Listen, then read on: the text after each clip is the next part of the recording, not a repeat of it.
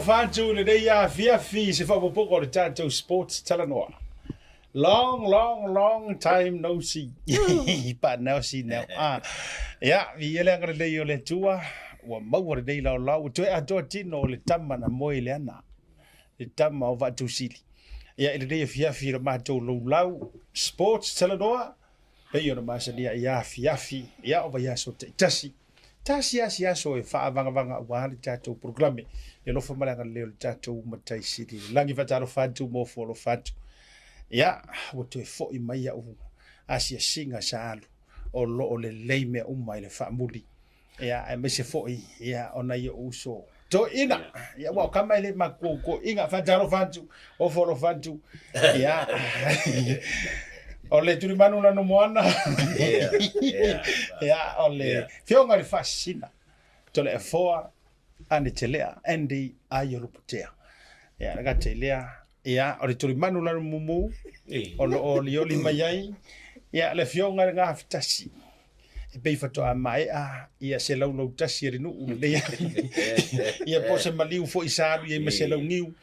Ya, fui mono, anai, mate nanai, ia, le leivanga la fiafi. Ya, male tātou king of exercise and walking. Every morning and every Moses and to le fionga ia au mua to o vai o le usu le vavea o malela au living of you. e tau muli ia le moto tamatai ia ma tu o va le vai ngole fe fatalo fali mo foro fatu le vai ngole fe via ba mai ia lo Malo ya. yo telefone Ma mua fa pe fa fonga ngasamo. Ye o le vaso. Ia wa sa malanga ko fumaka ko mo ko ni e nga nga fu sa fa fe na ye fo ima. Ia e pe o ngai uso ia fui ma umu fa pe fe la pepe nga kile nga fa ma. O ka fo ima ngai wa. Kile fo swinga. Kile fo swinga e ole kalangoa mai i me fai wa i o la o i malai kalangoa ia fa ia onga o kamaka alo la mai mo me fa penga walu i luma uma ole alu i luma me le we kaus o mele o te ofo ai o le no sau wa fe lai o skemi o fa por malai ia ale o me ka o ofisa pe se me mo so ai le uso ni aveta o le malai a le tele o tangata i pu ata me le malai. Ia ele lea kua kuia la ue kani mai foi wa ele finga faskara pero le mai mo masa mo. Ia mataro fatu mua. Ia so fo manuia fa sa songa sa mo. Ia le ho tanto fe la fo tanto proclam masa ni le sports Talanoa. Ia fa tanto fatu. E ole a lo aso pe na na e fo laui.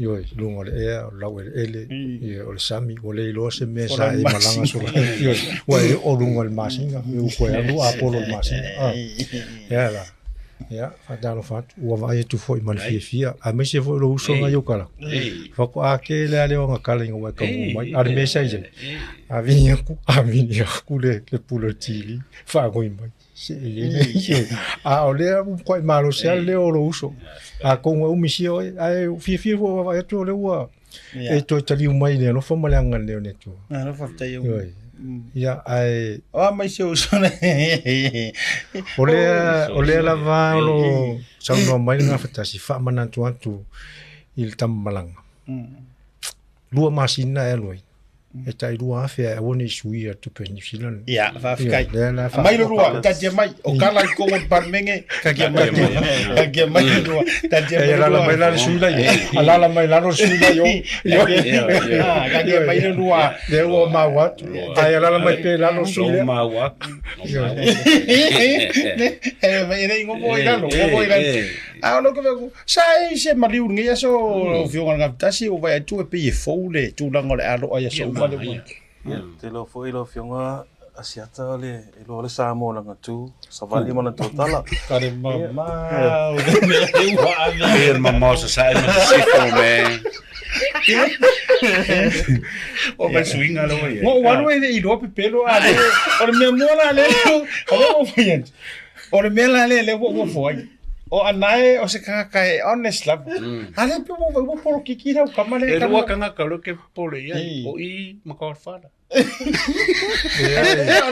le au pepe o la ua mafuta o la pepe ia fa no mo kali kamana ia Kamu fai mai fa uma mai lo.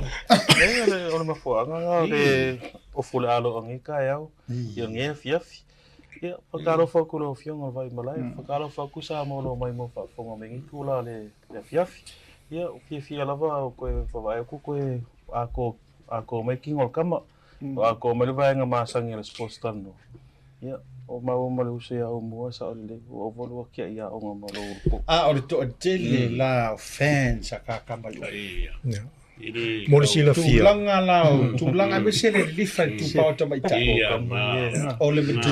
Ai no la pa. E se foi le o fui mono la vala au yo. Oi foi yo. Ono.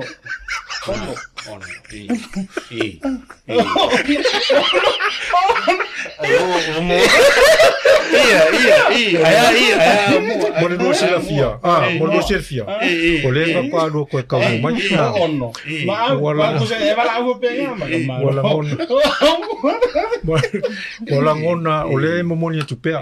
Fa o tu pea tu langu me o lo atu ngalu ia le pepe. Mamãe não pepe. Se fai a pula oriringa. Ele fa pe volo volo ska fa ka ki o le olo. Toka man ko mai le wa ya mai poka la. Mole Silvia le tu o so ngol sunga le pepe. O le mafuanga ne. Ele ka usa ka. Mafuanga le ole. Ai no fa pe o kamari e le gym ya so uma. Ele a fia ele le anga ngol. E ora maso ngol.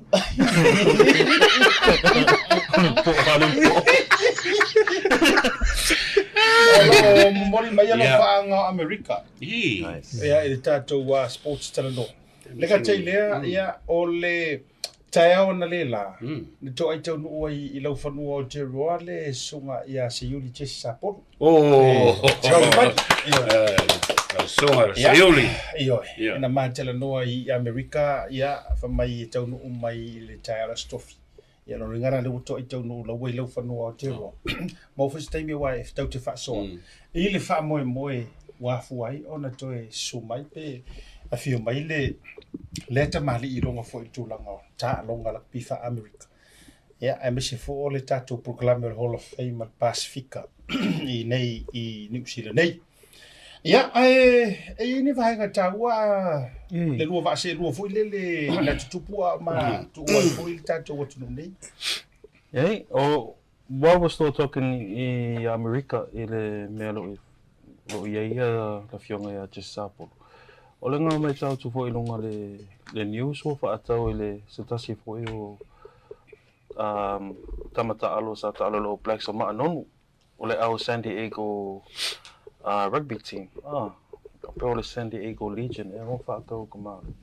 Aro ko ka alo fo. I think he's 42. Yeah. I think you were one of the oldest players in the Manu Samoa to still play. Is that all? Yeah, ko kia o le fase fu se me o ko fi ko valu ya ai umolo mole na pi ai tau te tulanga le ua tau e fui ia le o le uto e mana o mele au nei o i farani le la ko e malanga ia ma nonu fo yoi mana o bia ia lana o na fo ya vai fo ia lan ka alu mai ia le ia le uso fo i van fo ia o suafa fo ia le uso ya mano se vole mana o na fo ia au sia fo o nim tati ole ia no le mano si ole o na fo ma fo fau tau singo tino ia male vai nga fo o na ia tulanga le o ia a certa mana ia e mosta to no ma la fionga ia te sa polo e fatalon because ole faitau to le news there fa pe tele alo fa na sa moleta alongi le aule o San Diego Legion. Ia ole sunga manonu se tasi o ona. Mandole talapue e to tele to titi to lima pe to ono i lato. So faftai i lea no Samoa. Ua mawhai ona a vea fo i se tasi o part ona ole kalap. Ia fa pe ke fo e alu e pato no to filia ana bole mo se no ya no o ia o ko si di pe se anga le alu e pato no tato man samo si so ni tato wa a wol man ia ona i matati ai e fa ilo ai le tau tua la ngol upule Mali. e longa whakingoinga. Awan ia a whapengi kanga kalai whapema ia la alu foi Amerika anoa i o tama whanau o Samoa. Leta alo i Amerika. O le a whamanu i nei foi la tō. Ona o le taungu whainga foi a le anu le tō. So asturanga lau o lunga le na he a mese foi o le. Ai tatou te le i o tule ano whale o le tatou whasoa. Pa mai le tatou exercise si e whai ele. Io e kalisia ma o whau pēa ma. Ia, e whaafsili e mana o mia lua au wai. Ioi, mana o mia le lusi o roti. A olo o, ioi, laga fo le a kalisia umala vata ngata o le ri. E le vape vonga ringa le kalisia, e a fia po i mo uro. E se nga le ke vai. E mana o mia la.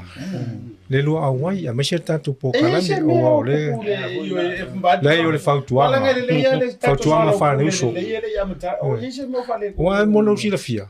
Awange e li li fai lo uso na. E ke o ala fai mai oi, fai mai. Awana mangi fa lo. No, ma e misi ala ma tama mai. Ona ma kua ia ulai lai a umua ia. Kua ia ulai. Ole a e sia mai tangata. E sia mai tangata fa ko hai na o mai oi ko se sio mo. Ai. Mono usi la fia. O ma ua ne ke ola mai soi fu maroni. O maro ka mo korfa. Ma o me makaukia me ne e ka o lo Ia io. ko fa o me pe i ko le. Io era te tano alto a mai sa vali ko vea. Ola la vo lo fa wa. Io o le ke fa ya ku ia lu o O mai. fatele ina numero. E mia maka ma ke mi mai ai la le umio. O fatele ina numero tena sa va. So se kai me ki lo fa la ki lo wa. Ai va pe o le. O le o te tala leva no ai sa vali mai mala to te tolu po le na o tina la vale usulta eu pe na amata mai ai la to sang. O lo si le fia. Ke lo la ia lua. O la tu mala va mala ta tu. Ai. Le lu o lu. Le la pe pe o. E ole.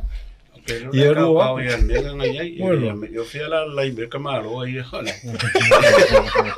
Ai fai aro i pe ka ona. Fui vai o fui le a Te le swing o fui o mono le o no le wo. Ia on. Ia. I America. Asi fai a e se tala. O mai ta mai tiro yo. Manuia hanam tamaiti. Ne ai manuia le sa ia America o mai ta mai America. Ia o ngai o ke ia o mako ko ngai o ke ia. O mako ka mi. O ar bena. Ele o fesi sa o koi kort fara ya oi. Mare misi a kort fara nga fesi o mai ka mai ki. Te jo tu maro fa o ta jo ko kala. O le sposa normal. Te jo ko kala ni Era spal mai o ka mai. Ia, so paro le sen manga. Te fa wa u ta jo tu ta longa. Te mai al ta jo maro longa.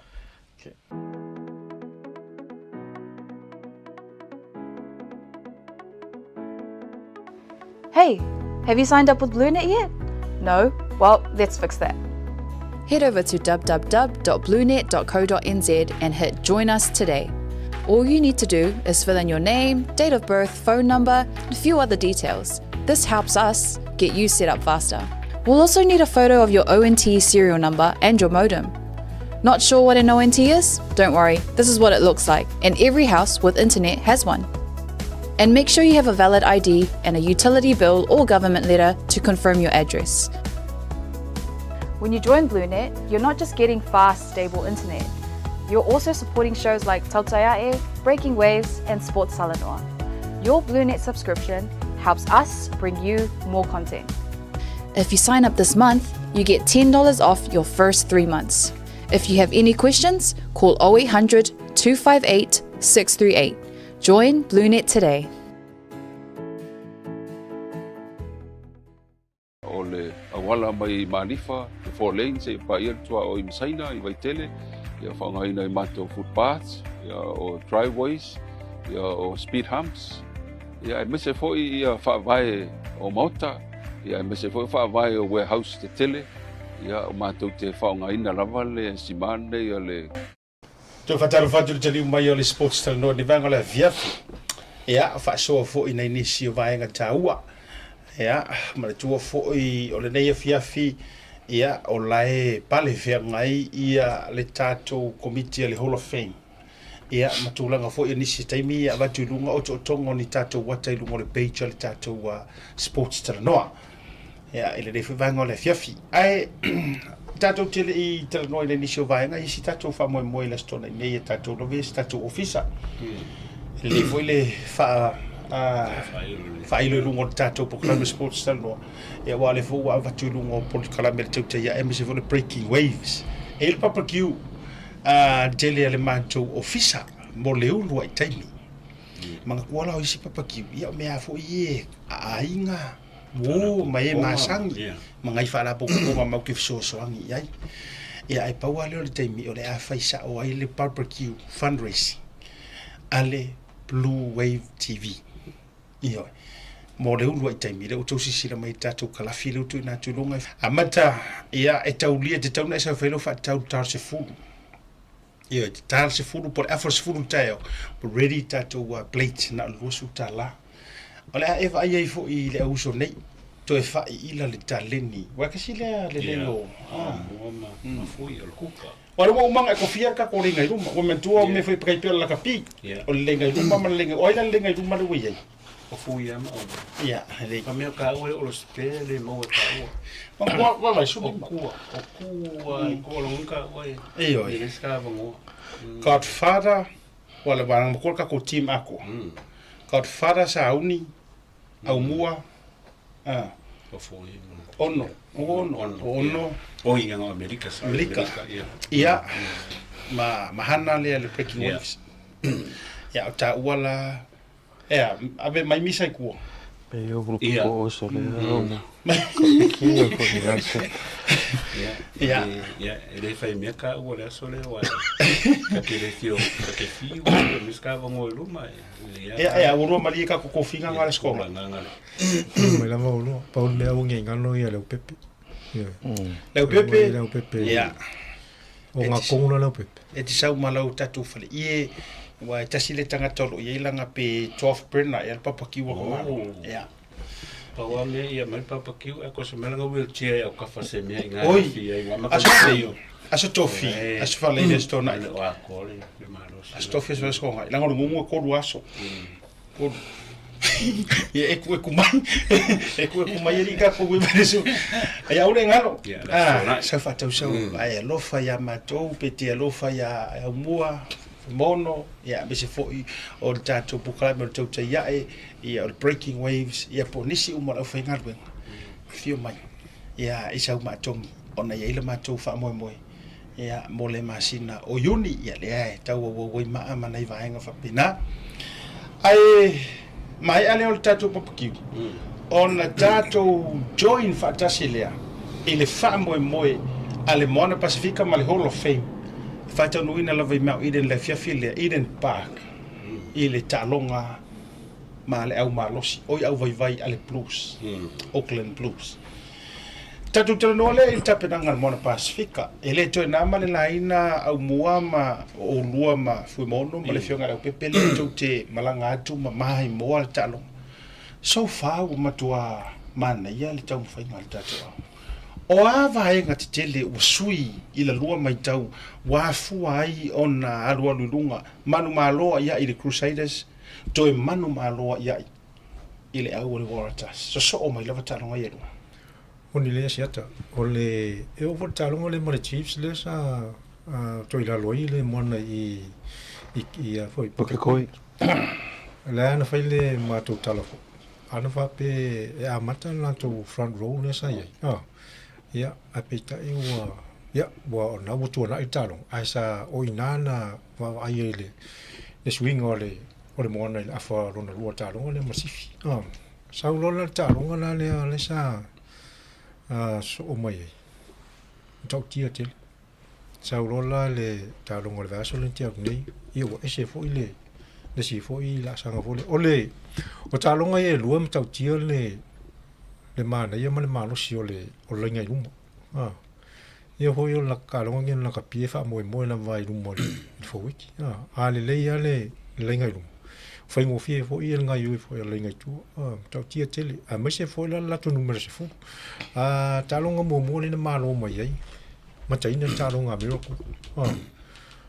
captain ia ma nisi fo la to lenga I rumo a mai se la to front row Sau kua afa phase 5 le midfield ngai kua ma kia o hola I la to fucking I wingi sa ulo la le va son teu ni o li fifo lunga ne si tu la I mai le arimon o se wa ingam tau tiele le wo ye o le mana ia foi la o le wo fa nga le Moana ia le ko inga ka alo le fa Pasifika le kam karmo so I le flare le o le ku ia lu mo fa nga ko o le sila mem tau tia sia tama le fa fonga foi le tunu ele ngata lo so fa I luma o le attack le pui nga foi la on kam ka kia la vale o le pu ele mal defense ale Moana le wo o la una mai tau hule ia le man le o le game plan ne o ka ia tato wa aula Moana Pasifika ma lo fa tai ya mo stai mi o me se vira ngalo o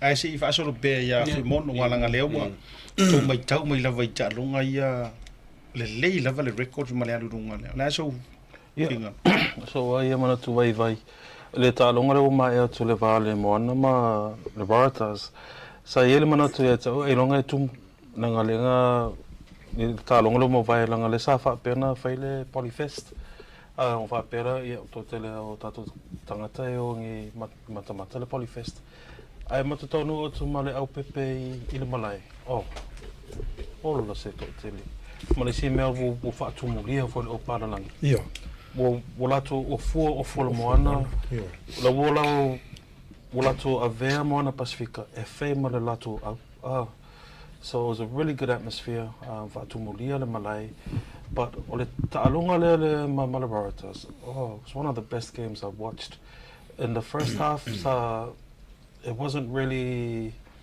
happening for Moana but in the second half obviously mera go le broken play le ta'ua nei e o mua o le flare Pacific flare ole tala fo a fa'alongo te mi wo mai e ta'alonga le press conference ono feelingia nei pe femo ye miracle to tele o la veve o le famatalanga a fa'alongo o lo fa'atamala fo ia le bench o le mele ye mo ko mo tama fai le tamata alo ia maintain la ko position because o me mo ko the raring to go wo fika alo and they also want to contribute in this moment misale movement o walo le Moana kimingi o ia mai taunga me ta'alonga la so to na ima ngai ke le artist of again at his best you have to give it to him he's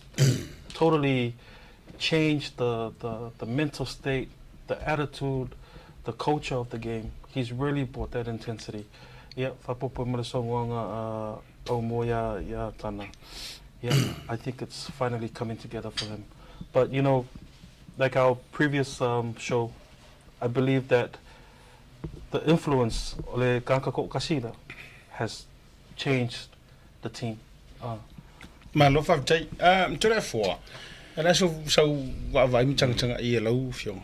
Ia wa kai pe o me ma sen ka ko fa so fo. Pola ia le au o ko so kam ka alo me o so la va ko kala.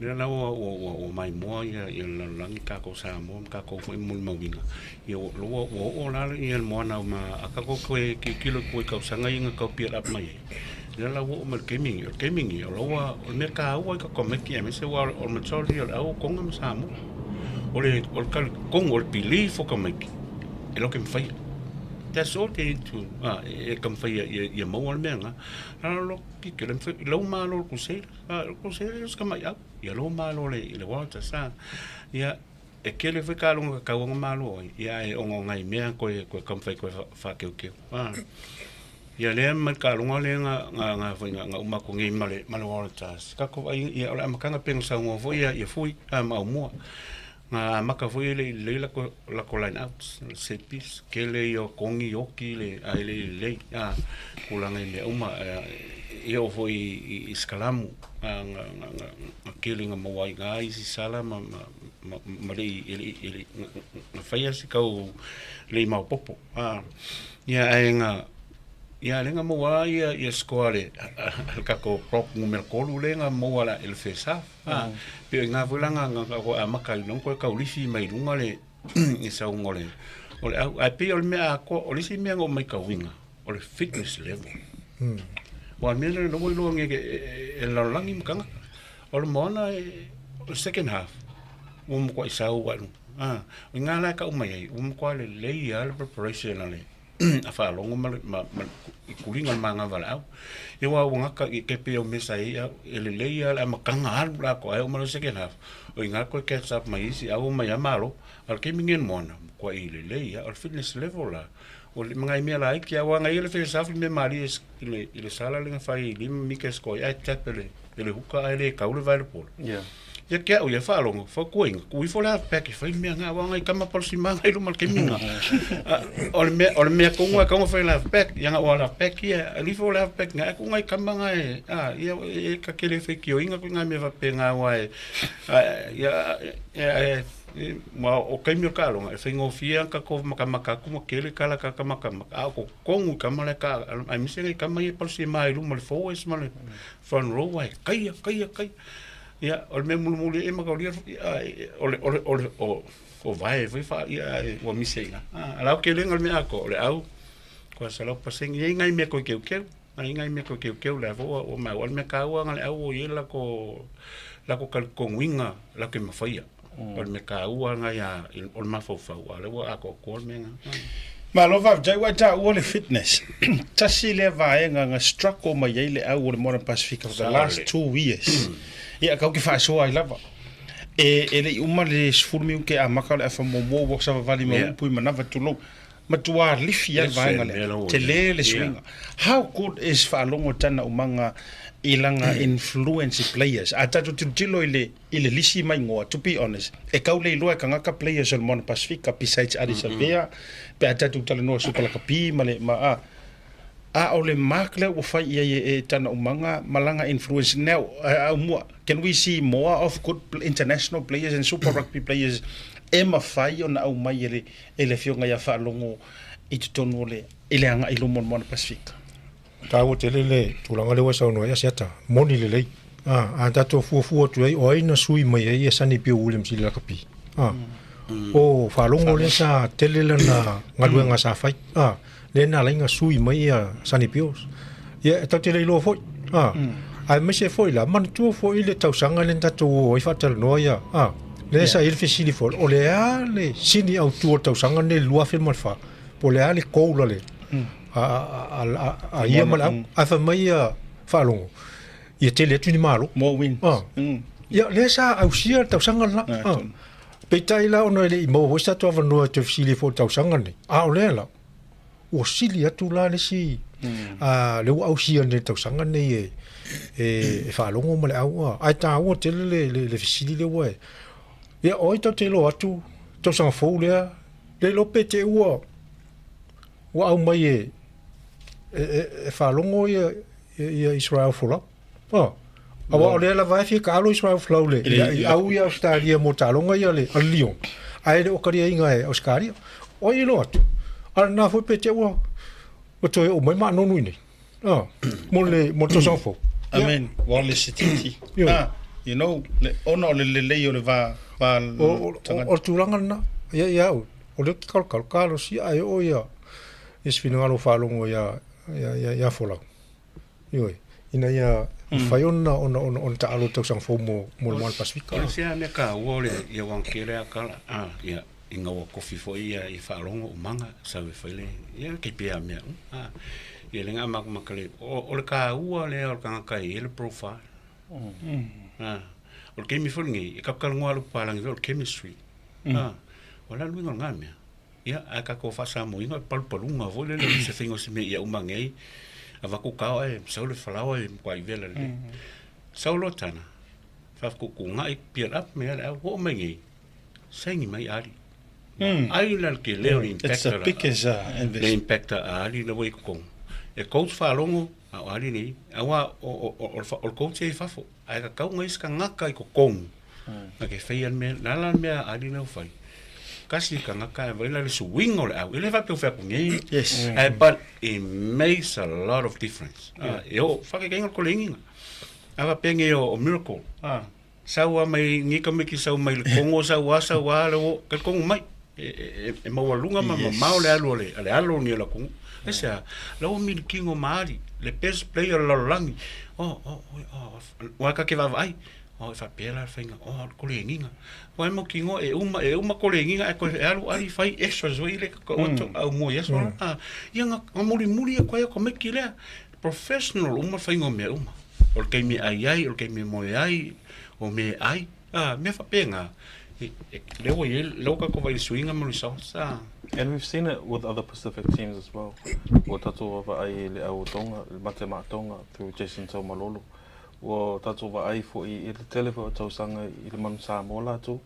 You know, the likes of Junior Paramore. Pa inga tuinga mala. Le ngama tu fa asua le vasele o mawai atu. Le influence o tamatuai, well not tamatuai, like influence or all black stars here, NRL stars here, I all Pasifika. Sa fa Talanoa for e RD speed of the game. In the press conference, sa fa it was really important to match the fitness that Bella Mary so no mai. Tatova ai ta longa Moana wo mawai atu, the Chiefs. It was a game of two halves. How they came back on that second half, full steam. Okay, Bella ta longa le Waratahs. You know, before they went to the halftime, it was a 10-point margin. Ya Waratahs. Uma tule le ta'alonga with 10-point margin. Ya Moana. And you know, they probably let themselves down with the set plays. Then it's so noi. It's still a ta'u or set plays. You know, looking at the game between Crusaders and the Blues. Ilako kalonga fo nga sa fale tono le set plays al Blues here lang mafunga fai. Ke peng sa no sia sa no e mo pola swinga man me o e ya fa longo. E pe o minga lo ko fe ku le ka o le chemistry lo yengi. Yeah. Le how you mold the team.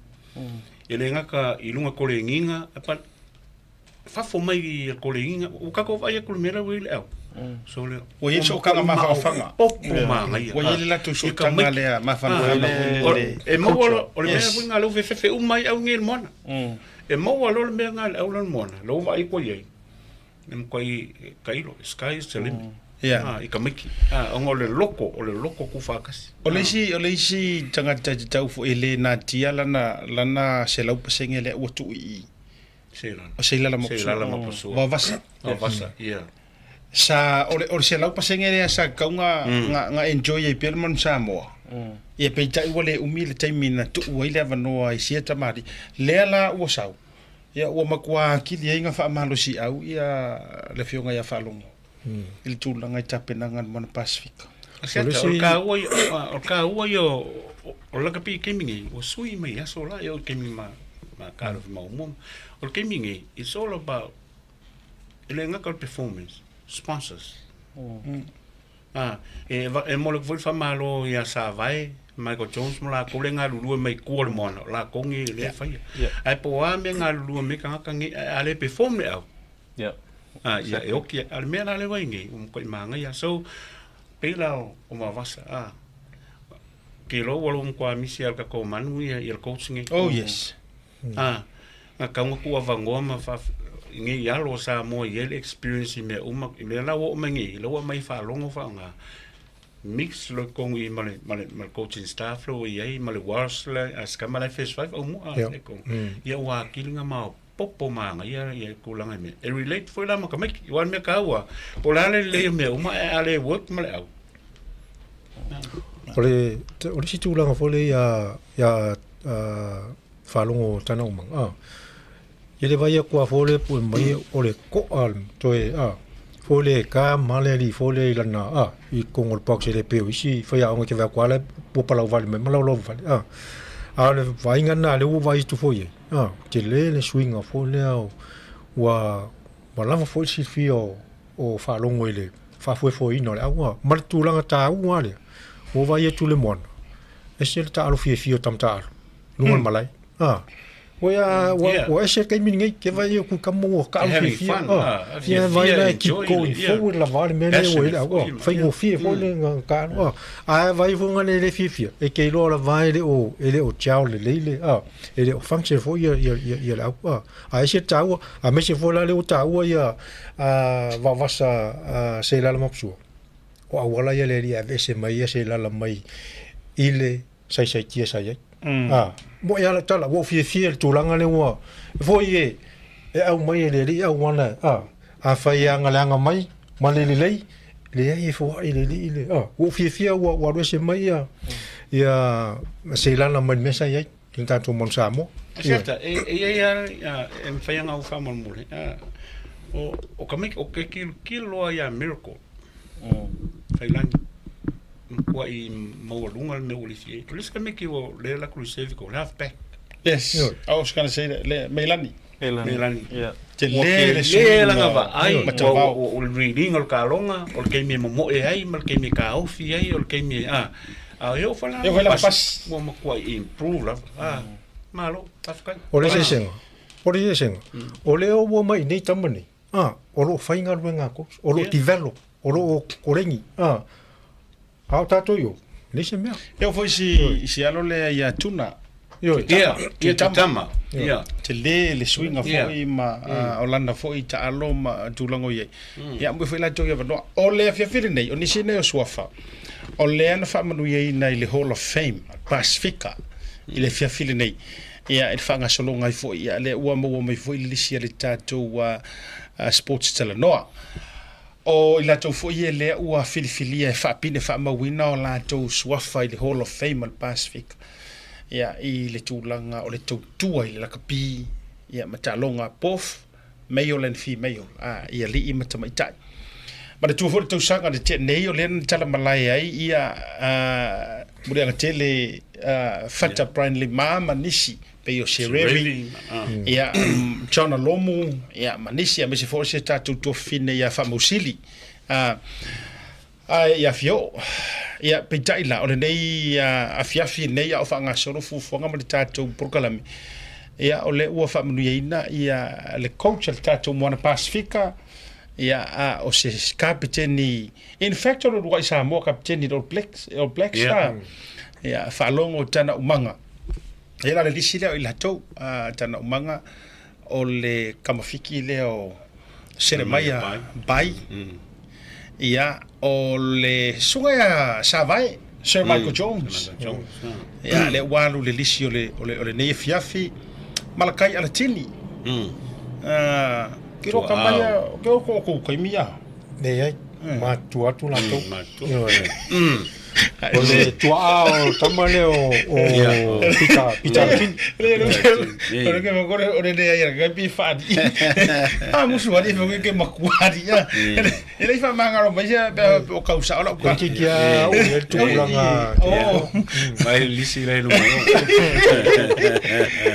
ole tofa ya fesolai va ainga tu ga mala meska ko ya Eleva go fa pito manu ya Tasi ona o fa ilangi le fo lo ale to fa ya solai po inga da winga ya le fo fa manu na no suafa ile Hall of Fame le tu sanga ole tama o Williami o le sa o fa hengawe o fa hengawe ya o fa hengawe o so o fa ele ka umfa ko o ilanga sa fo ye tamalo tamasi o le sa o o fa la o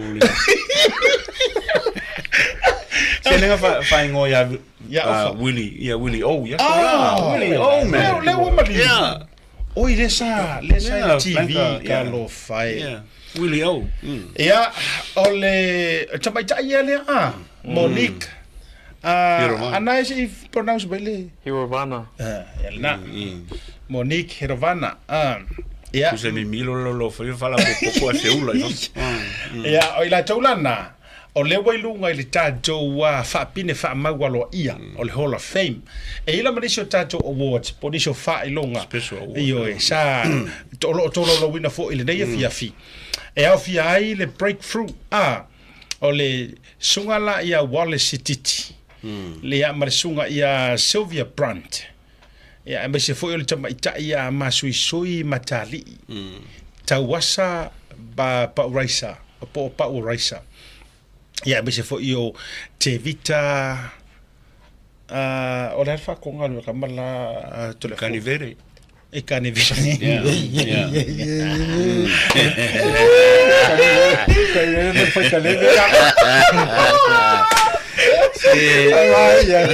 Te vita e canivere. Lolo fai va con sa vai. Player of the year. Yeah. Ia la tolu mo le tamata alo le tausanga. Ni silana ila tau sisi mai la tawata. Ia. Meska ko, Meska ko la tau. Au mo fumono o la sa ono la sa no nga winga ile tau fainga nei alo la tinu. Yeah, it's remarkable to see the second year of the Pasifika Rugby Hall of Fame, and I believe it's a really great initiative. But you know why mai tau e ki langa le lungo le pori la fionga ya to le fo. Pe nga ia tau langa nga face fam talanga ile I fa moi le Pasifika Rugby Hall of Fame. To le fo. Ai ke le sa ngola, ola ofisiri ko sa fa fenga fili me ya.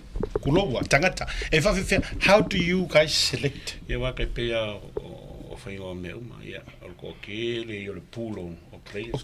Kengi. Yo le si me vai wa kai pe ka sa kengi. Ia o yo le fa intact ngi ia sa vai. Ia o kanaka ia e o fula ia tini le ia kanaka le ia o leva. Ko so o me kilo foi le kausanga o leva. I errors ese. Ese ma me piki mai ia leva pela o le vavenga piki por koinga piki. Al me ka o lo ye ko. Yeah. Ma kilo le fa o nga e ko kele ia e kulanga e mo fa wa. Ai fa o le lungo le al makango fie foi o ngi me ole o ka o wa pe me ia e fa ke inga lo le wole mo e wole sa ia le wo o lo uma lo langi ka ko ani sa ka ko sa mo os ka sa ese le ke ngi ya lo le ku ulanga lo nga kula i mai e ka pe o me nga pe o se fa ma yang we me se me va ku e ka wi ai fo ia kulanga mai a ki le vinga motivated ko ke le alum fa na le fa ngi le ka alu ngi i sila ia os ka ria ma po fiala a me se foi sa mo why would be surprised que o mo vonga mo foi langi si me o le kausanga so no winga lo sa no e va tu e pi nominate tu swa fa ese nei mai le nga tupulanga fo ni lo talonga ia ona tu tango filia ia ma ia me se te o lo tu lo tu sa galente nei pe ia tu valu ale o vai atu pe to fitu mai correct me if I'm wrong malanga lengta to involve for ile so o le pe we falling on mayor between 7 and 8 tale tau fia ia no mera fa ia su fo ia mal kai mi ama mai su inga makulanga mi ama ko kele o alum final Pacific o kale ngia ke mi ge mo kwale o kama e walanga ile tau o tala le mate fa ia ma o manai to lo o lua fionga ele tau mate o lua sua fai te tau fo i se taimi sooner or later but it will definitely e lunga o le Pasifika Hall of Fame. Te o siata, while we're on that topic, te lo fo le to te le lau mai mua. E tango nge e Google le suafa au mua to o Vaega, pero le suafa wea to le afua and e lupu. E le menga ka o Wikipedia, o i fa maunga umal man Samoa. O se vaenga fia, but also o se vaenga whaongoa, because o le tele matatia, pe mafuri pe ngata fo ili vai temia o mua ma tole afoa. You know, there's individual placements, but when was the last time Manu Samoa made the World Cup quarterfinals? As one of them. Vaega still holds, I think he's third on the placement for most points. So it's those kind of records for ngale pe va ai e tomo ve fa tu sale Manu Samoa I asola ia Manu Samoa le te minei, and you know, seeing what's happening currently with our team in Samoa. Yeah, o te taloa ia mai ato e fo ile Manu Samoa se le I se temi vave. Malo fa tai. Ia. Ole ama tu le malolonga foi mai. Tatou walu vang fai o le tatou programme ne vang ole fiafi. A valid ID and a utility bill or government letter to confirm your address. When you join BluNet, you're not just getting fast, stable internet. You're also supporting shows like Tautaiae, Breaking Waves, and Sports Talanoa. Your BluNet subscription helps us bring you more content. If you sign up this month, you get $10 off your first 3 months. If you have any questions, call 0800 258 638. Join BluNet today. Ja, tu fa talo fai le taliu mai o le programme o le Sports Talanoa I le vanga fai ufo le vanga o le viafi ma tu fa so mal au so masani ya fiafi tai tasi o tasi level programme ya I vai so le o le fu tau sanga ya tau tia loi foi ya mi so le am tai na foi o le ta longa pe o na yeso pla ka pima ta tu ta longa ese tu fa talo fa tu inisi o lo mai mo mai Ia me se foi auto fie mo ta ile dei programme o ta alonga. Ma no se fo mo ma le langi ma tu swinga la titile wa lu ta le fie la stofi. Ese mai ta to wa solulu sai ai ile ta o le fitu ia se vanga na we ni na fisu ia inga. Ia ona te urunga le ai nei ta to matematenga o ta alonga fo e fai wele nei fai ungol va ya so ia aso taiao mata fo ile ta to supala kapi. Ya, tatou amata mai I le Moana Pasifika. Kako fa Moana kako Moana wa kiro foi o ro ko pulu Alo Moana umana uri a le toile. O America ko pulu sen. Ko ke pisa la fa fonga mai le pe. Wa fa le to. O kambang alo kwa. Yo awe malon Moana. Ta joy o ile ka no Moana. O ita no Moana. O le blues. O le blues. Ya sa yo ma yo Moana. Wa o ro pula. Moana. Moana. O te mana o e malol Moana. Si le se me ka o se ke maka ko sa o ai e malo fu mongo e le se me ka o ke manga Sau no mai yo mo Moana sa wa o ai sa no mai le yo e manu malo le Moana Moana blues. Yo le se blue Le ai se blue. o manu malo le Moana Pasifika ya mai lo ni ma to VIP tickets ole o ani ai le malo le Moana ta to sa mai le ufionga to le fo o le o ai malo le Moana E sfulima ngai lunga. E malo ai. Sulima lunga. okay sa ka ua o mo Gols fulu le sulima. Kolu Moana e Moana blues. Fumono. Okay, lo e va laka I probably by 2 points. I don't know whether it be 30, 40, but it'll be very close. Ole ai tolu sulua no sumervat. Tala tala malon Moana tolu lua no sumervalu blues. Ole si talonga leo le aso ai o sia au wa matana ese lo noto Hurricanes la yo lo tu mang ora se mina ngai telefone malanga le foko ko sa no sports sa au TV fa ilo atu o mo Moana ya lo lua le Hurricanes yes I'm going for a Moana mali mai langa o ari savea ya Malaysia uso ngala inga kele ngo ulo ya matana umanga alela wo mai matana umanga ma ari savea Moana ya nuinga ai manu malo le Hurricanes le Crusaders o ai te finga lo malo le talonga E malo le Hurricanes. E uia nga faya inga le ponge kasi. Okay, le malo le Hurricanes. au moa Crusaders. ya male Hurricane o ia fumono Crusaders. ya la ai malo ai Fast food Crusaders le Sulima Hurricanes. ya sakawa Tolu lima le sulima.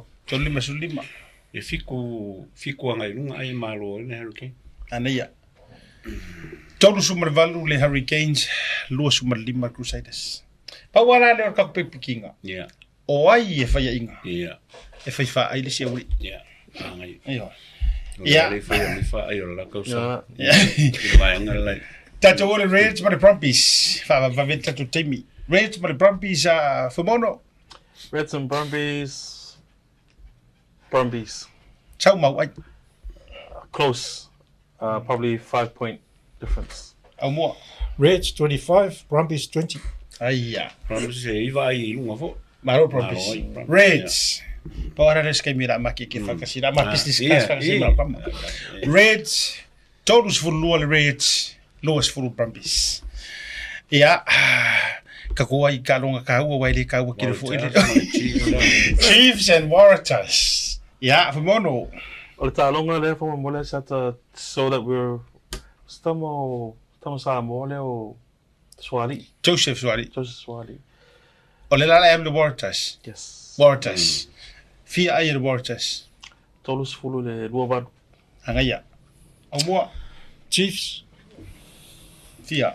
fast fulu lusu fa Fasulu lusu fa. Malo Chiefs, sfulua I malo I lunga. Anaya. La walu Waratahs. Ama kiki papau manaya. Yo le Waratahs. Malo le Waratahs. Luas fulua I luas fulu. Nga ole pointa or score I over Amakensi. Ongola over show off. Yeah. Ela fa inga. Ya.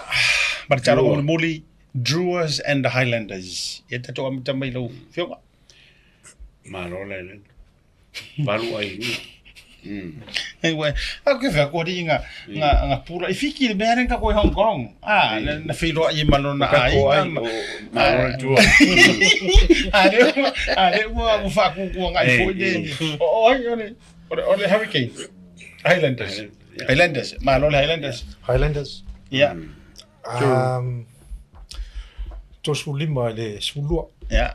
Anai. Malo Fiji. Jura. Yeah. 25 to 17. O le talonga le tusa. E kusa kalonga le. Yeah. Hey. Ta I luas fulu marfitu. Te lufi. E kusa kalonga le. Yeah. Wala ngai lingi o wakaimi. E tusa talonga. Yeah. Ya. O le matou tau mate tau tango na ile tatou talonga amatere so taiao le Friday astonai. Ya, mafa mai ai fu. Eu te lo no tatou. Program sports tal no. Te wi se me misi. Ko ka sponsors. Ya, fa te tele tatou sponsors to fa na tu tatou barbecue fa mo boli. Ya ngar kasi ka ko sports tal no vai aso. Aso to nai. Kevin Drive. E te maua ai tātou official leo tu atu lunga le tātou flyers. Whaali lau lango na nusu tala. Ya, matulau barbecue. Po e so wata. Iwe, po e lo waka. E ke le iaru ese, po e lo waka. Ma tātou. Au whasara lau atua misifo nisi rungo le tātou tauta ya emar breaking waves. Ya, te lo mai al mātou program. Charles Fulu. Iwe. Tātou se fulu, po le afar se fulu. Already tātou sapa. So mai. Ya ko ye ke sawa ye mangi kako o tai manga ngisi me fa popo e fa tawa fo marisio tato wa merchandise I tai ole lo no winga te sumai te le al fi ole mo wai te ole stona e ka kaunga uma el tato fa taunga barbecue se me Tasi su ruanga kasi anga taun tato fio tapua il talonga telelea e fa ya le Moana Pasifika male au malosi ale Auckland Blues I Mount Eden po Eden Park. Ile astona ya sabne. Yeah, ma vai to social media pages ilungo le Facebook, TikTok, ma Instagram. Ese mele main program le sports Talanoa po ia fia stuff. Yeah, rafa for ia to my updates. You also see articles and also photos. Ai tanga I ai fa pete afio to fo le malai por paka ai tau tulova ai asiata po to le forma o mo. Feel free to approach them and take photos together and also ask them for their t-shirts for free. Ai fai o tuai mori la fa maro fa te tele sia matou Vaega I Missouri. Ya, Kansas City a te tele la valtina ya sinua. Ya wisi ole. Fionga plata ibao fa mo tau loa lo fata. Ya, mo te sari langa lengo su e mai sai se zero bodi ia. Ya eli mo wal te milia. Ya fa te tele la e mo off. Ya na pasi around them with you. Or ya mai pa ke umele ya ngai fingi na yo. America. Tato felo I vaspo. Le fiafi. Asai fo.